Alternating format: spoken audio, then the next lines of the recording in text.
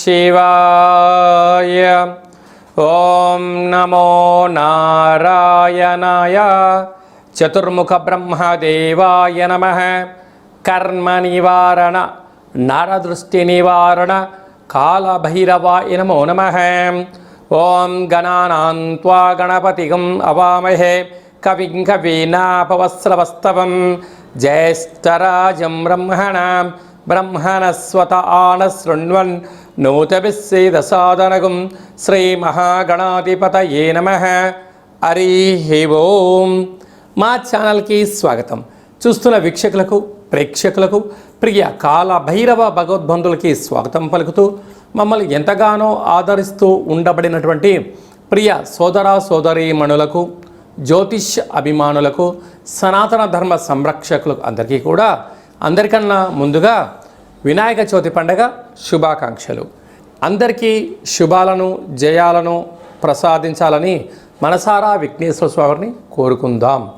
16/8/2025 నుండి 31/8/2025 వరకు పుట్టినటువంటి వారందరికీ కూడా ముందస్తుగా జన్మదిన శుభాకాంక్షలు. గతంలో వివాహం చేసుకున్న వారికి వివాహ వార్షికోత్సవ శుభాకాంక్షలు.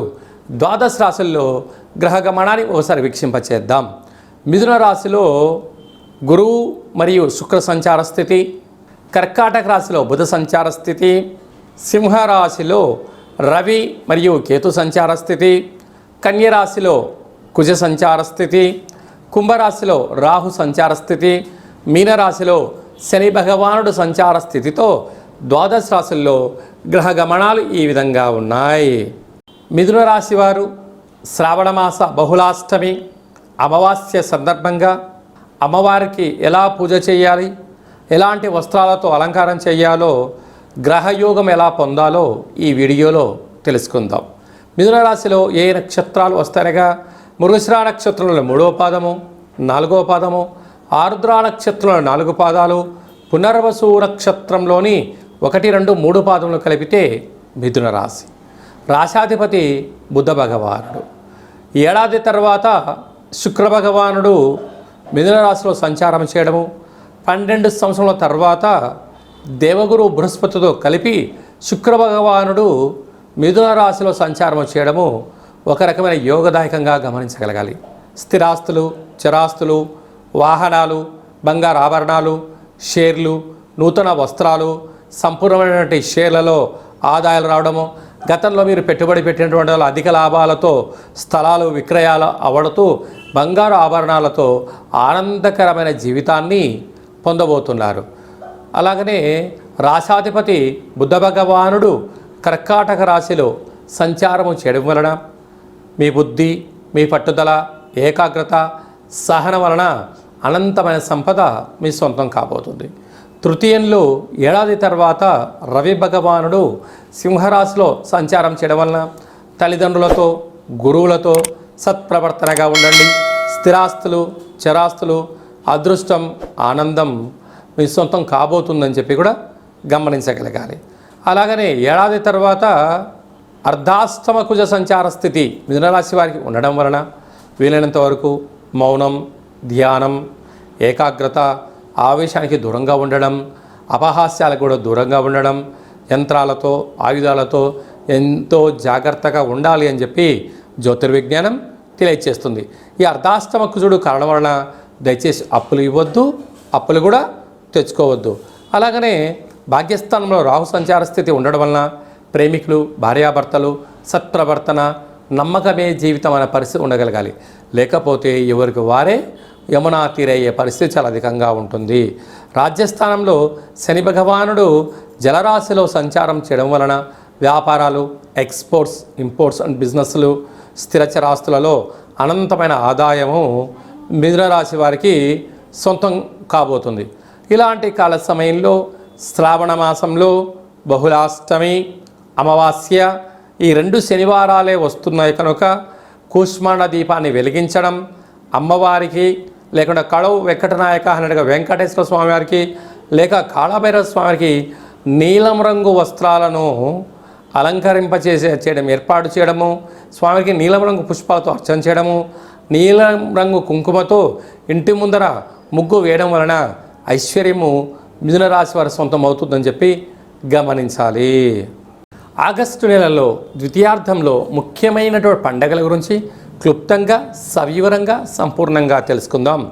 16వ తారీఖున శ్రావణ మాస బహుళ అష్టమి శనివారము భరణి నక్షత్ర సందర్భంగా కాళభైరవ స్వామివారికి స్మరణ చేసుకొని లక్ష్మీదేవి అమ్మవారిని అష్టోత్తరం చెప్పుకొని కూష్మాండ దీపాన్ని వెలిగించడం వలన గృహంలో లక్ష్మీదేవి నిత్యము సంచరిస్తుందని చెప్పి కూడా గమనించాలి. 23వ తారీఖున శ్రావణ మాస అమావాస్య శనివారము మఖా నక్షత్ర సందర్భంగా లక్ష్మీదేవి అమ్మవారిని స్మరణ, వీలైతే వెంకటేశ్వర స్వామివారికి తులసిమాలను సమర్పించడం యోగదాయకం అని చెప్పి కూడా గమనించాలి. అది ఏ కాకుండా మనకు భాద్రపద మాసము ప్రారంభం కూడా అవుతుంది 24వ తారీఖు నుంచి. 27వ తారీఖున వినాయక చవితి పండగ మనకు. కనుక మనమందరము కూడా ఈ సంవత్సరము ఎన్నడూ లేనటువంటి విధంగా విఘ్నేశ్వర స్వామి వారికి ఇష్టమైనటువంటి బుధవారం రోజు రావడం, విఘ్నేశ్వర స్వామి వారి యొక్క జన్మ నక్షత్రమైనటువంటి హస్తా నక్షత్రంలోనే ఈ సంవత్సరము వినాయక చవితి ప్రారంభం అవుతుంది. కనుక మనమందరము కూడా మట్టి గణపతిని పూజ చేద్దాం, పర్యావరణాన్ని కాపాడుకుందాం, కలుషితం లేని చెరువులను కాపాడుకుందాం, భావితరాలకు మంచి చెరువులను కుంటలను అందజేసే మానవ ప్రయత్నం చేద్దామని మనసారా మనం కూడా కోరుకుందాం. ఈ విధంగా ఈ యొక్క విఘ్నేశ్వర స్వామి వారికి లక్ష్మీదేవి అమ్మవారి యొక్క ఆశీస్సులు కలగాలంటే మనం ఇంకనూ ఏం చేయగలగాలి అన్నట్లయితే వీలైనంత వరకు ఇంటిలో లక్ష్మీదేవి యొక్క పూజ స్మరణ, కాళభైరవ స్వామికి కూష్మాండ దీపము, విఘ్నేశ్వర స్వామి వారిని మనం యథాశక్తిగా గృహంలో పూజ చేసుకోవడం వలన సకల అష్ట కష్టాలు తొలగిపోతాయని చెప్పి కూడా గమనించాలి. మీ వ్యక్తిగత జాతకం తెలుసుకోవాలనుకుంటున్నారా? మీ పుట్టినటువంటి తేదీ, నెల, సంవత్సరం, సమయం మీరు వ్రాసి వాట్సాప్లో పంపించగలరు. అలాగనే మీరు పుట్టినప్పుడు గ్రహ గమనాలు ఎలా ఉన్నాయి, ప్రస్తుతం ఎలా ఉంటున్నాయి, భవిష్యత్తులో ఎలా ఉండబోతున్నాయో మీకు తెలియజేయడం జరుగుతుంది అని చెప్పి కూడా తెలుసుకోగలగాలి. 100 సంవత్సరాల జాతకాన్ని రాసి పంపించి క్లుప్తంగా సవివరంగా మీకు తెలియజేయడం జరుగుతుంది.